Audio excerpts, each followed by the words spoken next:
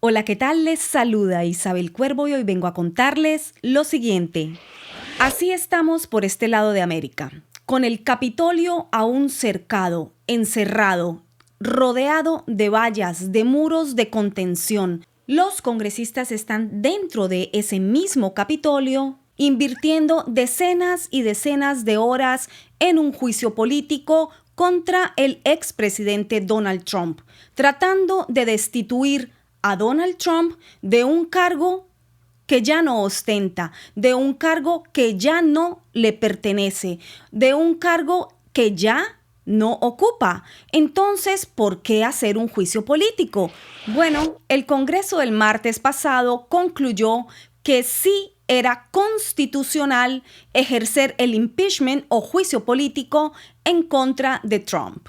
Así que, ¿qué es lo que quiere este Congreso al hacerle un juicio político al expresidente Donald Trump? Bueno, en estos momentos al interior de los Estados Unidos, lo más importante para esos congresistas que consideran que Donald Trump debe pasar por un nuevo impeachment, pues es asegurarse que ese personaje llamado Donald Trump, que alguna vez llegó a la presidencia y movió tantos cimientos ya establecidos, pues no vuelva a llegar ni siquiera por casualidad a ningún cargo político. Es decir, el juicio político será para que el presidente que ya no es presidente no ocupe nunca más la presidencia ni ningún otro cargo que aquí en los Estados Unidos llaman cargos de honor. Sí, destituirlo, alejarlo, ponerlo lo más lejos posible a esta representación de lo que es el anti-establishment, de lo que es un outsider, una persona contraria a todo el establecimiento político, una persona indomable, totalmente contrario a lo que es un político de profesión. Esto no les puede volver a pasar y esto es lo que están tratando de que ocurra. Pero vamos a poner en claro algunos puntos que parecen muy obvios, pero al parecer con la distorsión que hay allá afuera, no lo son tanto. ¿De qué se le acusa a Donald Trump? Bueno, se le acusa exactamente de incitación a la insurrección. Ese es el cargo, ese es el delito que intentan comprobar que cometió el expresidente Donald Trump. ¿Por qué es un proceso histórico? Bueno, es un proceso histórico porque es el único presidente o expresidente en la historia que ha sido sometido a juicio político o impeachment 2 veces. Una, estando en el cargo, 2, estando también en el cargo, pero a solo días de terminar su mandato. Así que son varias las singularidades que acompañan este proceso.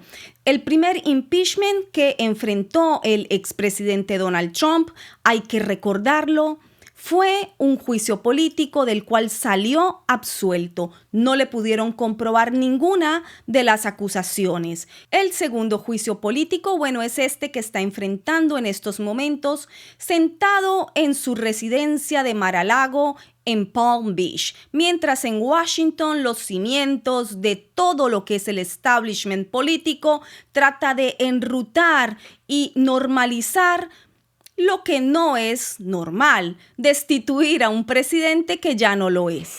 ¿Y quiénes son los protagonistas de todo este proceso?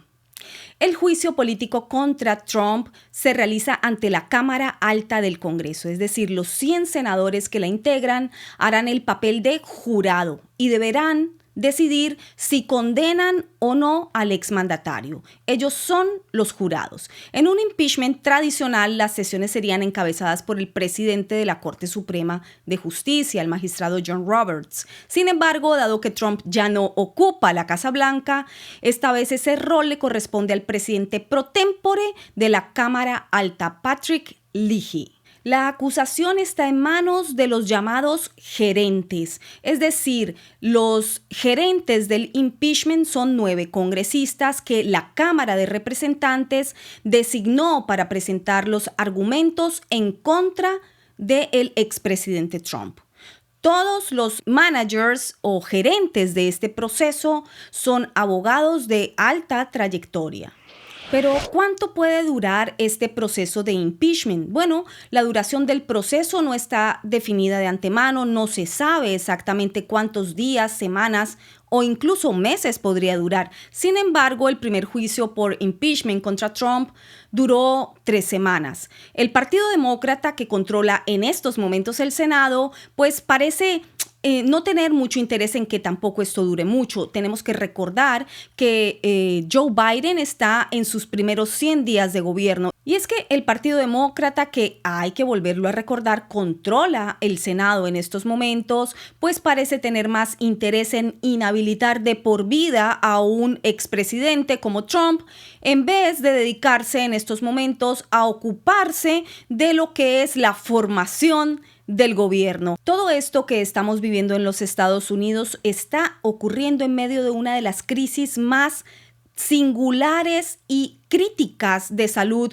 no solo en este país, sino en el mundo entero. También estamos viviendo una crisis sin precedentes económica, de la cual el gobierno todavía no se está ocupando. Al contrario, el presidente Joe Biden ha afirmado, como ustedes ya saben y se los informé en cápsulas informativas anteriores, se ha dedicado a firmar una serie de ordenanzas, de órdenes ejecutivas que ya ascienden a más de 4 decenas de órdenes ejecutivas en sus primeros días de gobierno para borrar, quitar de un plumazo todo lo que consideran que es nocivo porque viene sencillamente del gobierno anterior, del gobierno de Trump. Bueno, pues esto lleva a que en vez de construir, se esté destruyendo parte del legado del gobierno anterior, al cual consideran absolutamente tachable, y por eso deciden destruirlo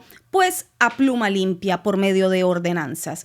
Pero entonces, ¿qué está ocurriendo con la ciudadanía? La ciudadanía sigue dividida, por supuesto, la ciudadanía sigue herida, por supuesto, porque más de medio país, si no mucho más de medio país, pues duda no solamente del actual gobierno, sino que duda también de la legitimidad ocurrida durante las elecciones. Esto no ha podido ser aclarado aún, como se los informé también hace poco en una de las cápsulas informativas acerca del artículo de la revista Time, del cual les debo esta segunda parte que se las voy a publicar en los próximos días, sobre aquella conspiración tras las sombras durante las elecciones presidenciales de 2020 en los Estados Unidos. ¿Recuerdan? Sí, esa conspiración en las sombras confirmada y publicada por la prestigiosa revista Time, bueno, ya se las informé hace tan solo unos días en esa cápsula. Voy a publicarles pronto de quiénes son esas personas tras las sombras que estuvieron moviendo esos hilos de conspiración, dicho así por la revista Time, y financiando y cuáles fueron las movidas que desempeñaron. Otra de las preguntas que surge en este impeachment o juicio político es si Trump comparecerá en este juicio. Los gerentes del impeachment, que son los responsables de la acusación, enviaron una invitación muy formal al presidente Trump para que compareciera ante este juicio, pero la defensa de Trump considera que esta posibilidad está desechada. Así que esperaremos a ver qué ocurre en los próximos días. ¿Y qué debe ocurrir para que se produzca una condena? Bueno, para lograr una condena en contra de Trump, hace falta que haya un voto favorable de 2/3 de los senadores. Esto quiere decir que 67 de los 100 senadores deben respaldar esta decisión. En la actualidad, la Cámara Alta está dividida en 2 bloques iguales de 50 senadores por cada partido, lo que quiere decir que se necesitarían 17 miembros de la bancada republicana para que votaran en contra del expresidente Trump. Aunque no es imposible, este número de 17 senadores republicanos en contra de Trump suena poco probable. A fin de cuentas, no se puede olvidar que aunque estemos hablando en términos de juicio político, terminología jurídica, esto no termina siendo más que un asunto netamente político, absolutamente político, y los senadores van a votar sencillamente por el bando político al cual representen. En estos momentos en Washington se deben estar moviendo muy bien por esos pasillos toda clase de ofertas y demandas. Esa es la realidad del juego político. Esa es la realidad de quienes nosotros elegimos para que nos representen. Así que a mirar muy bien, mirar muy de cerca cómo se están moviendo cada uno de esos representantes.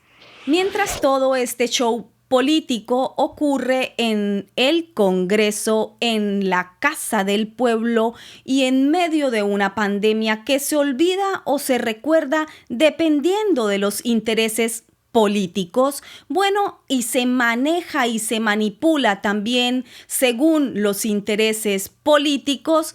No podemos olvidar que ese Congreso sigue cerrado, vallado, rodeado por un muro, rodeado por cientos y cientos de fuerzas de seguridad que todavía están desplegadas allí en Washington.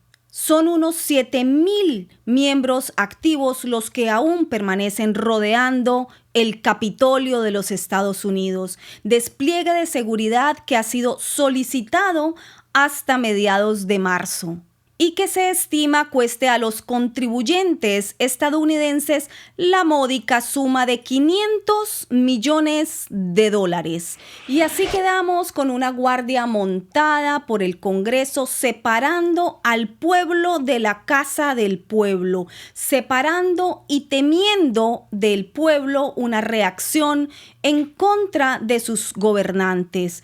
No es gratuito, sin embargo, valga la pena recordar que en Washington, D.C., la capital de los Estados Unidos, en los últimos días no ha habido más que atropellos en contra de la ciudadanía, revueltas y marchas, gritando de parte de estos grupos extremistas de Black Lives Matter y Antifa, improperios en contra del propio país que los alberga y cuida. Por hoy, ahí te lo dejo. Y recuerda que Isabel Cuervo siempre te dice lo que los medios callan.